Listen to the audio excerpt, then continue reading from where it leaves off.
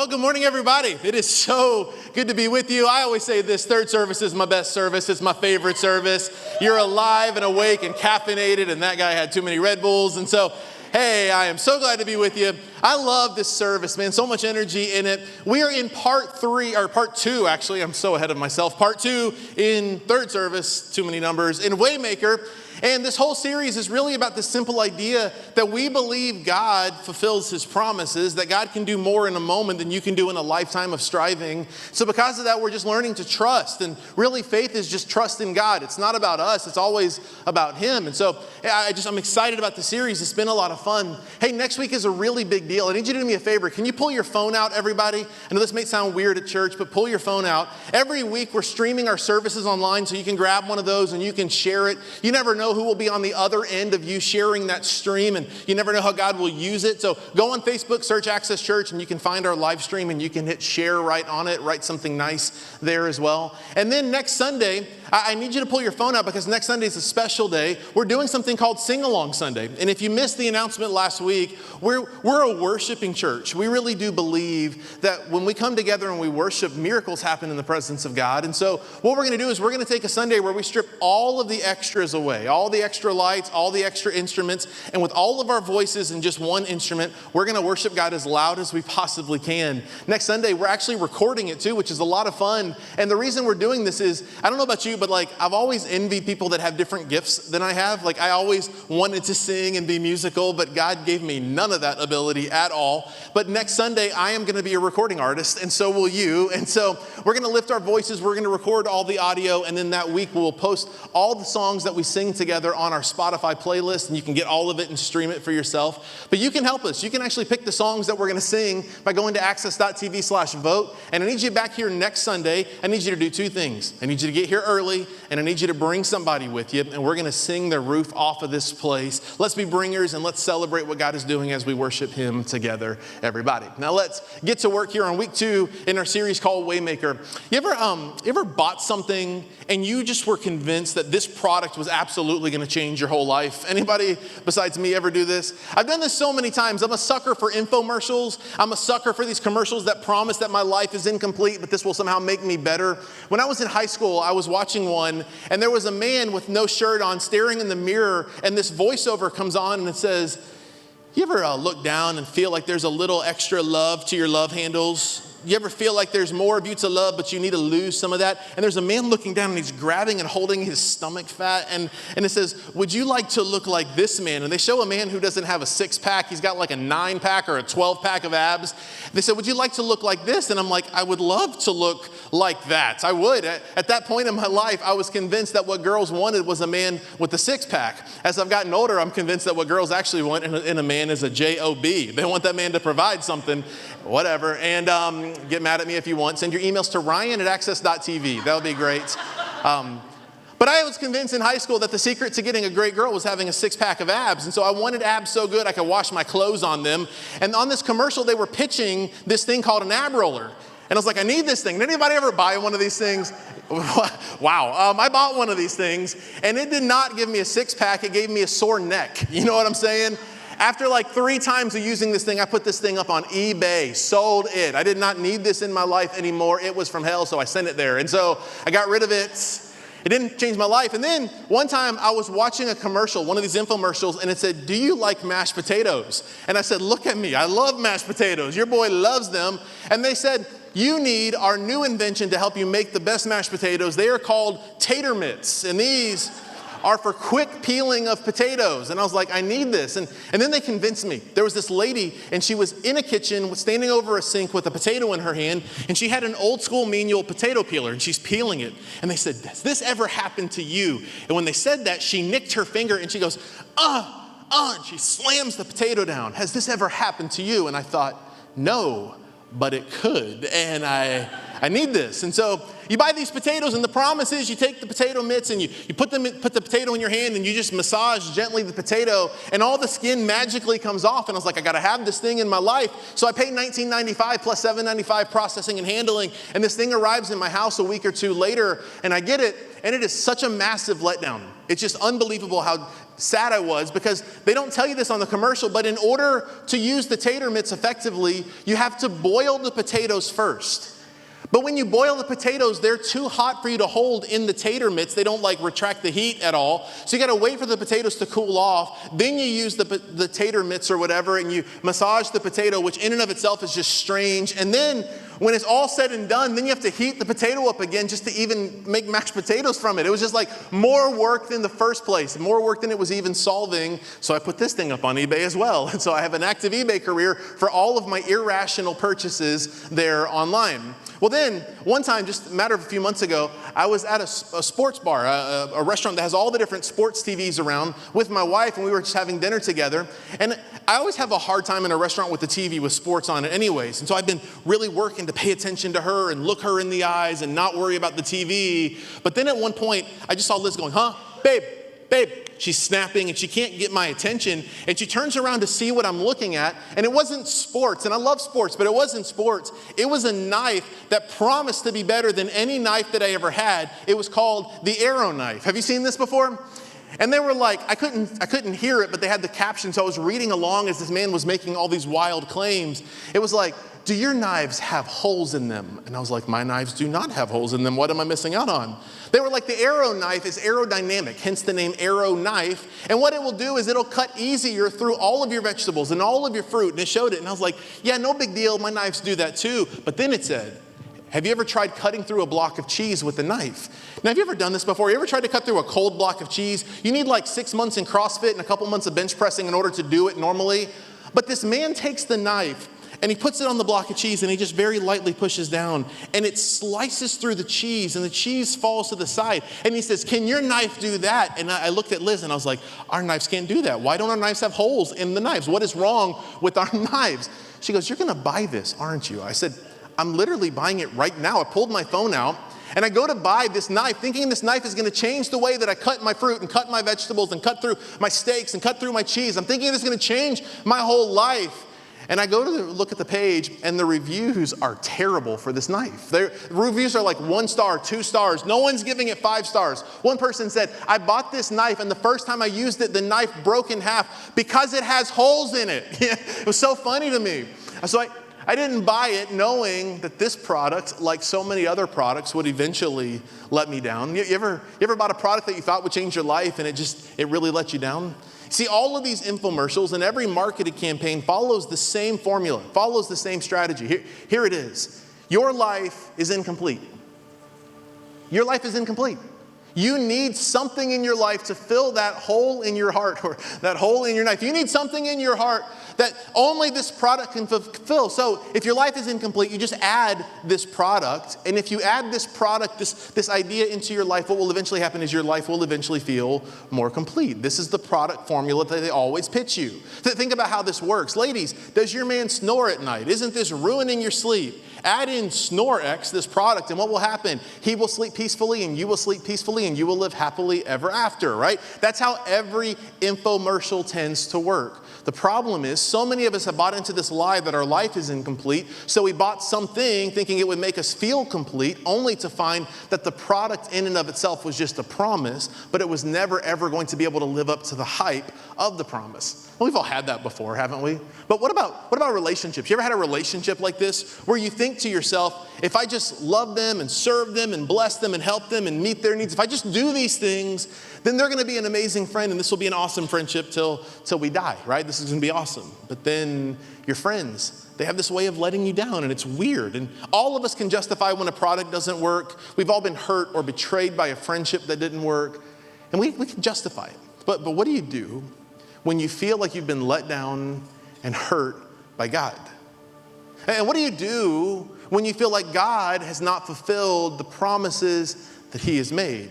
Well, what I want to do today for these next few minutes is I want to look at this idea that God, our way maker, he's a miracle worker, but he's also a promise keeper. In fact, my whole working thought today is God keeps his promises. That if I could get anything through to you today, it's this, is that God is the God who keeps his promises. And even when it doesn't make sense, and even when it feels like God is silent, God's silence doesn't equal his inactivity. He's always at work, and God is the God who keeps his promises. Now today what I want to do for the next few minutes is I want to spend all of my time looking at one story that kind of starts with a different story in the book of 2 Kings chapter 4. If you brought a Bible or an iPad or an iPhone or your eyeballs, whatever, just turn with me to the book of 2 Kings chapter 4, 2 Kings chapter 4.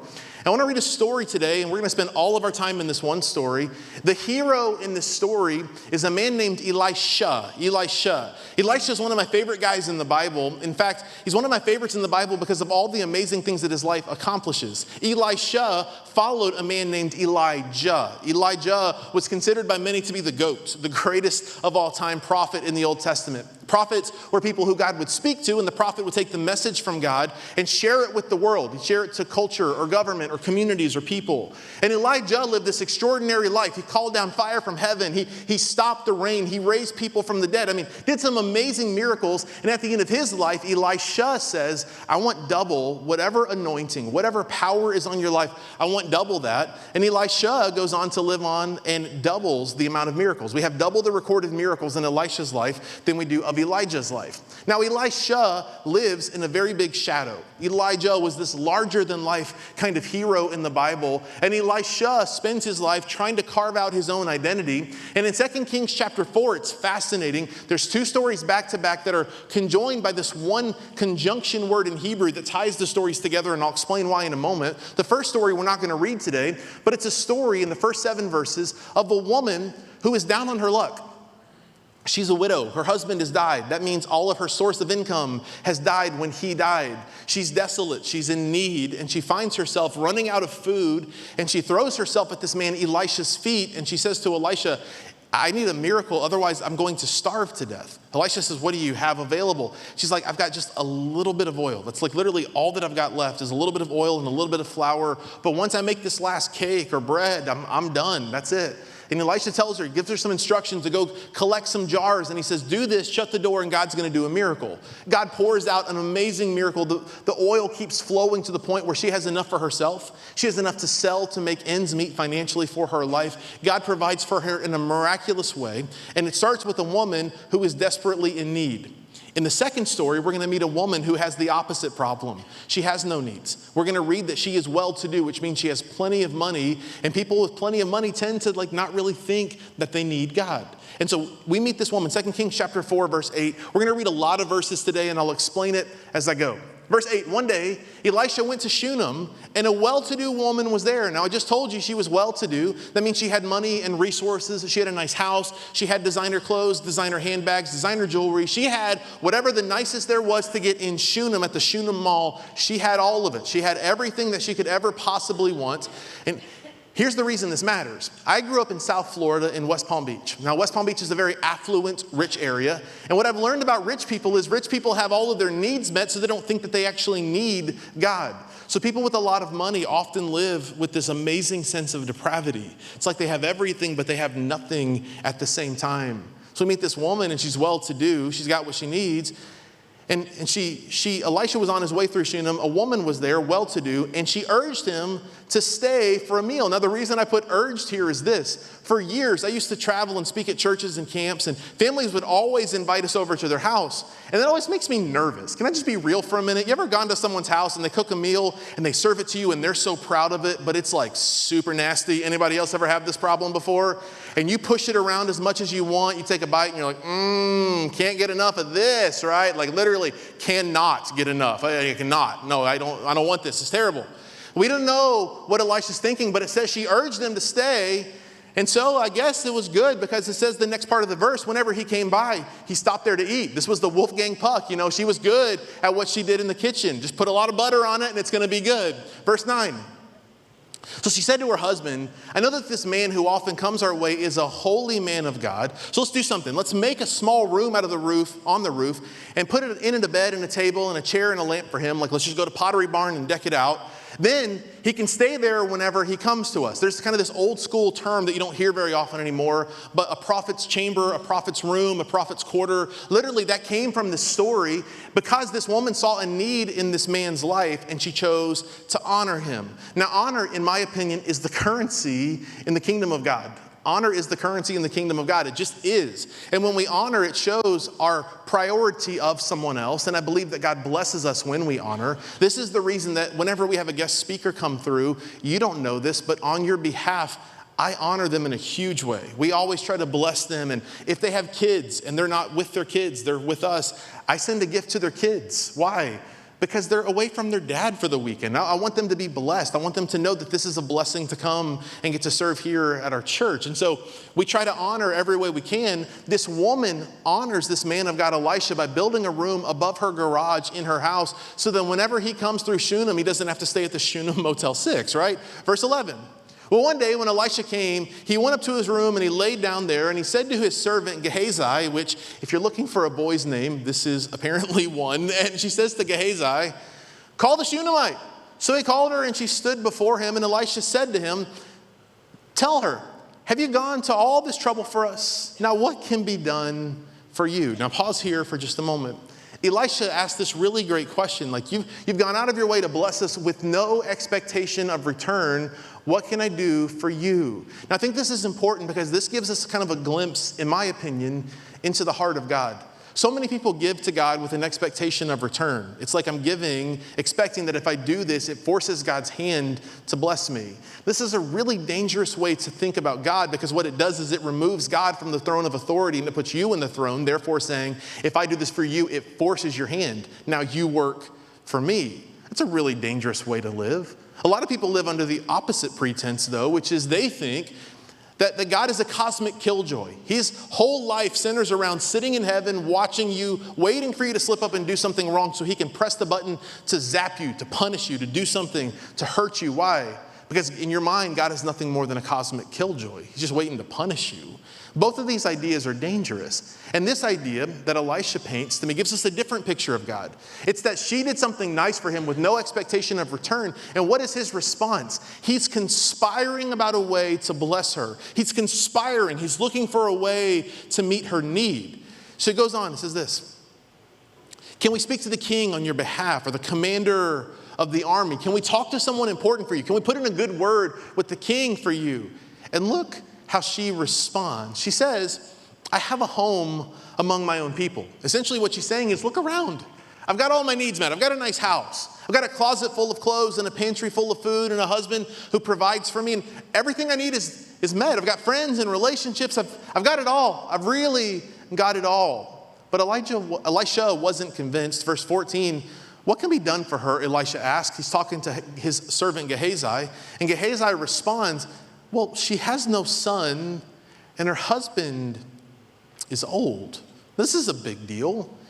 Gehazi's like, look, I don't know this to be true, but when I was walking around her house, there was no pictures of her kids. I don't ever hear her talking about her kids. She certainly doesn't have any grown children that has children and grandchildren. Maybe she doesn't have any kids. Now, what you need to understand is this was a big deal. It's a big deal now. Like, I love my kids. If you come to my house, there's pictures of my kids everywhere because I adore my kids and I love being a dad. Like, being their dad is one of the great joys of my life. So there's pictures everywhere. I post pictures on social media way more about my kids than I do about church or anything else. Why? Because I love my kids. One time, someone responded to a picture of one of my kids and they said, you sure do post a lot about your kids. Like, you maybe should back it down a little bit. I'm like, maybe you should back down from being my friend. Unfriend your boy here. I'm not interested. Why? Because I love my kids. You don't defend the things you love. You share them and you invite others to experience it with you. So I just share pictures of my kids because I love them. This woman, though, there's no pictures of kids in her house because there's no kids. In that culture, kids were seen as a blessing from God. So if you didn't have a kid, the assumption was that God had cursed you for something you or your predecessors had done. She has no kids. And Elisha kind of comes to this idea that, like, what should we do about it? Like, she has no kids. Maybe she should do something. So verse 15, then Elisha said, call her. So he called her and she stood in the doorway. And look what Elisha says to her. About this time next year, Elisha said, you will hold a son in your arms. Now, if this was you and you longed for a child, wouldn't you be excited? A man of God who had just done an amazing miracle. He multiplied this oil for this woman. This amazing man of God who hears from God himself says, you're going to hold a son. Wouldn't you be excited about it? I'd be thrilled. It's amazing. It's going to be wonderful. But look what happens. Look what she says.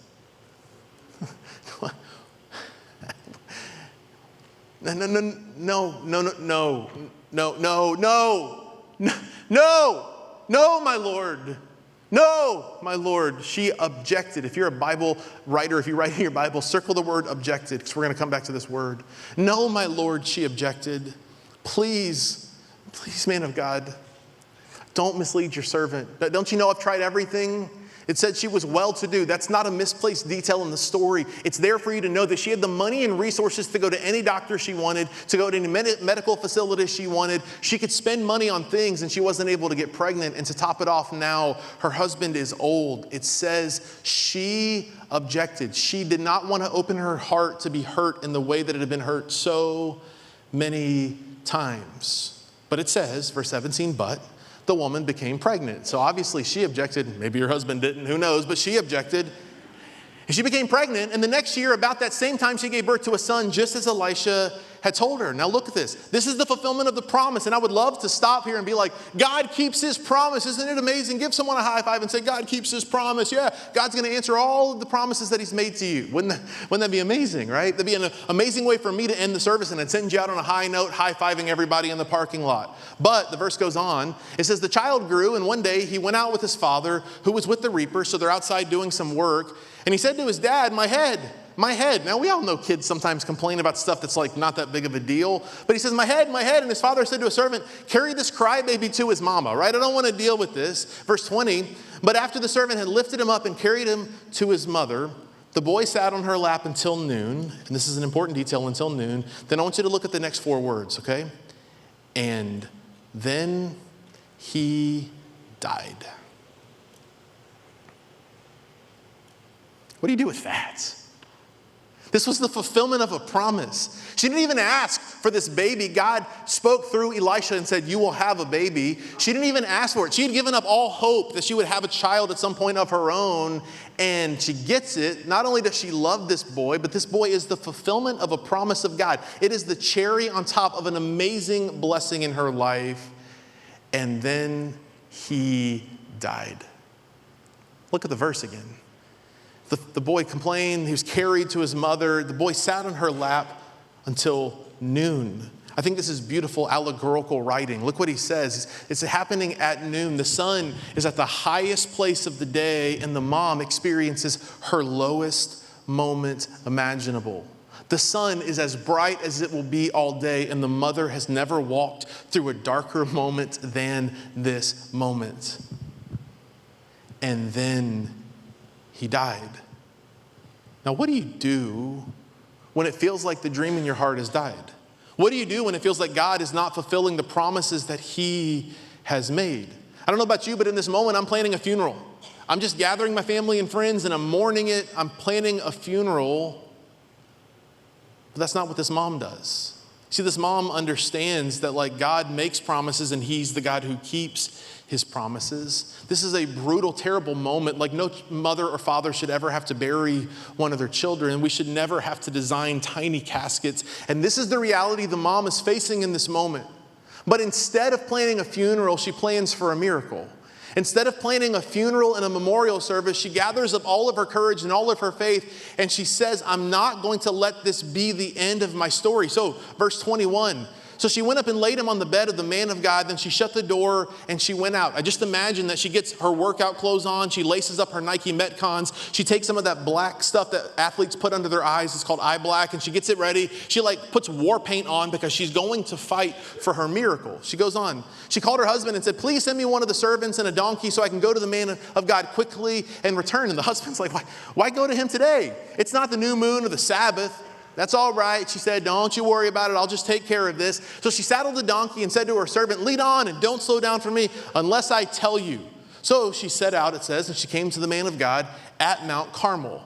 Now, when the man of God was there, it says he saw her in the distance. And he said to his servant Gehazi, look out there. There's the Shunammite. That's that good cook who cooks for us. They made me a room upstairs. That's that Shunammite woman. He says, run to her and meet her and ask her, are you all right? Your husband all right? Your kids all right? Is everything okay? Is everything all right? And look how she responds. Everything is all right. What kind of faith and moxie does it take to speak into a situation something you can't see with your eyes? What kind of faith and courage does it take when it feels like your dream has literally died in front of you to speak life into it with your words? Everything is all right, she said. And when she reached the man of God, at the mountain, she took a hold of his feet. Now, Gehazi was trying to help, so it says he came over to push her away, but the man of God said, just leave her alone. She is in bitter distress, but the Lord has hidden it from me and has not told me why yet. Like, I don't know what she's going through. Then look how the mom responds. This is just so how I would be in this moment. She says, did I ask you for a son? Did I ask you for this? I didn't even want to open my heart to this pain. And this is worse than I could have imagined. Did I ask you for this? Didn't I tell you, don't get my hopes up. Don't do this to me. I can't walk through this anymore. So Elisha responds, verse 29. He said to Gehazi, take your cloak and your belt and take my staff in your hand and run. Do not greet anyone on your way. And if anyone greets you, do not answer. Lay my staff on the boy's face. This is something that he had seen Elijah do, his predecessor do before. Verse 30. But the child's mother said, as surely as the Lord lives and as you live, I will not leave you. Now Elisha has this choice.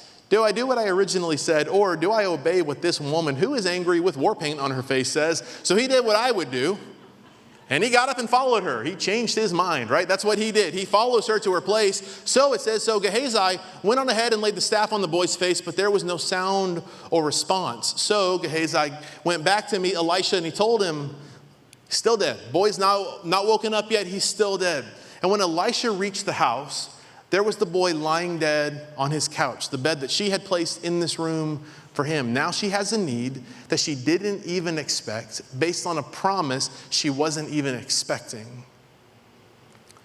The boy's dead in his room. Verse 33. So Elisha went in, shut the door on the two of them, and he prayed to the Lord. Now this feels like, if you read it through a different context, this feels like he's got this big moment of faith, doesn't it? He's going to pray for this little boy, and this boy's going to be healed, and it's going to be this amazing end to this amazing miracle story.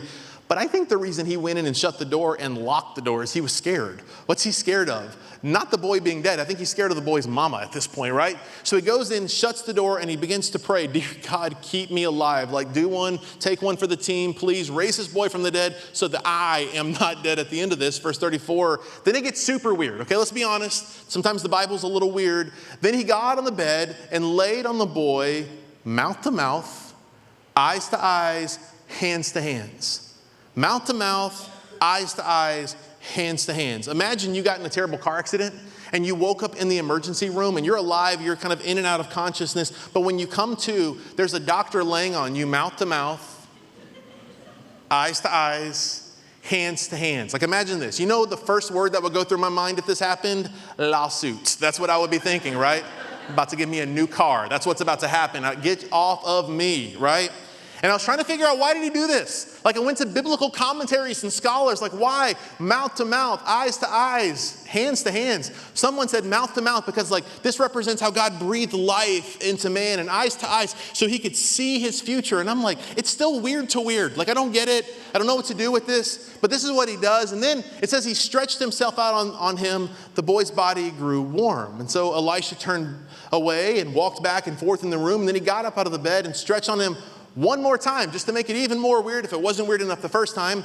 And then it says something happened. The boy sneezed 7 times and opened his eyes. Now, there is this ancient Jewish belief that when God breathed life into Adam in the story of creation, Genesis 1, 2, and 3, when he breathes life into Adam, there's this ancient Jewish tradition that Adam sneezed 7 times as his first kind of act of life. It's like he breathed in God and he sneezed to kind of come to life. I don't know if that's true. That's just an ancient oral tradition of ancient Jewish people and ancient Jewish thinkers. But this is what happens to the boy. He sneezes 7 times. Elisha said, verse 36, he summoned Gehazi and said, call the Shunammite woman. And he did. And when she came in, he said, take your son. So she came in and she fell at his feet and she bowed to the ground. She took her son and she went out. Now, God does this amazing miracle in this moment. And he creates this moment of trust for the woman that he would actually be the one to fulfill his promise. It's interesting because there's this woman who has everything she needs, and yet she realizes there's something that she can't get that money won't fix. God sees and God answers through this prophet Elisha that you will have a son. And when he says that to her, what is the woman's response? It says she objected to it. How often do we find ourselves in that woman's same seat? We approach the promises of God and we've tried everything that we can do, but it feels like it's never going to work. And so when it feels like there's a sense of hope, this little glimmer of hope, what do? We object. God, I'll never get married. I'll never have kids. I'll never get out of this dead-end job. He'll never love me the way I love and show love to him. I'll never get out of this financial mess. My marriage will never be restored. It's never going to get better. We object to the promises of God. And here's what I understand about this story. I don't understand it all, but what I do understand about this story is that God sees from an entirely different perspective than us. In fact, I would say it to you like this. If you find yourself objecting to the promises of God, God has this way of overruling our objections. God has this seat that's so much higher and different than ours, and he can see your story in a way that you never can, and he has this way of overruling our objections. Let me say it to you like this. I am a huge football fan. I love football. I live for football season. The Sunday after football season ends, I find myself slipping into a mild form of depression because I just love football. And in football, if you don't know anything about the game, in every game there's two different kinds of flags that happen and get thrown in a game. There is a yellow flag and a red flag. Now here's how it works. In the game, if a player commits a foul, there's some sort of penalty, holding, false start, offsides, whatever. The referee sees it, and what they do to signify that there's been a penalty is they take the yellow flag that the referees have and they throw it in the air, signifying that there's been a foul committed. They throw the yellow flag, and after the play's over, they assess the penalty, and then they go on and keep playing the game. A few years ago, though, the NFL wanted to change the rules because referees were getting so many calls wrong during the game. They wanted to create a way to kind of take human error out of the game a little bit, so coaches were given a red flag like this. If there's ever a play where the referees call a pass incomplete, or they call a penalty that shouldn't be a penalty, and the coach doesn't think that it should actually be a penalty, the coach can take his flag and he can literally throw the red flag, signifying that I'm calling for a different perspective on that penalty. So what does it mean? What I'm asking the referees to do is I'm asking them to go up and to call someone who's in a higher seat, who can see the game from a bunch of different perspectives, and who can actually make the right call. What happens to you and what happens to me in moments when our life doesn't make sense and it feels like God is silent and inactive is you and I need to make this understanding real for us, is that God's going to overrule our objections because he sees from a different perspective. He has a different vantage point on your life. So what would it look like if you and I just made this decision to say, God, I trust you? So often we have this idea of what faith is so jacked up. We think faith is like this muscle that I've got to grow, and if I can grow my faith, it is therefore forcing God to do something that I want him to do. Faith is not about you. Jesus said if you have faith like a mustard seed, you can move a mountain. Faith isn't about you. Faith is always about him. Faith says, God, I trust you. Even when I don't understand, I trust you. And even when it feels like the story we read, where maybe you find yourself in that moment where it's noon in your life. It's noon in your soul. The sun is at its highest place, but you're at your lowest place. The sun is in its brightest moment, and you are walking through your darkest season. Even in those moments, you just say, God, I trust that you are good, that you can overrule my objections, and I'm going to you for a higher perspective. What would it look like if all of us just had this different kind of faith? We trusted God in a different kind of way. I think it would change everything. What would it look like if you and I just lived our life with this simple idea that God is good, that when it feels like we're up against a wall, when it feels like it's impossible, impossible is where God starts. And ultimately, number 3, where we buy into this idea that God is the promise maker and the promise keeper. He makes promises and then he fulfills them. He doesn't just give his word, he fulfills his word. God will always keep his promises. Maybe you're like, well, Jason, that's fine, but you don't know my story. You don't know what I'm walking through. God has been silent. I've been begging him for so long. He's silent. He's not saying anything. Let me say this to you. God's silence does not equal inactivity. Just because you think he's silent doesn't mean that he's not working on your behalf. If he made a promise, he is the God who fulfills his promises. Now, all across this room, I'm going to ask you, would you do this? Would you bow your head and close your eyes with me? What is the promise that you feel like you're holding on to from God? And it feels like it's hard in this moment to hold on, but you just know in your heart today that he is the promise keeper. Let's pray. God, we're just holding on to your word and we're holding on to your promises. And God, even when it doesn't make sense, we trust that you are good. Even when it feels like you are silent, we trust that your silence does not equal your inactivity. And we believe that you give your word and you keep it. So God, I'm asking you to continue to do what you've always done throughout the course of all of human history, which is for us to just keep your word. We trust you for it. God, even when we don't see it, even when we don't understand it, we trust that you are good. And we thank you for that.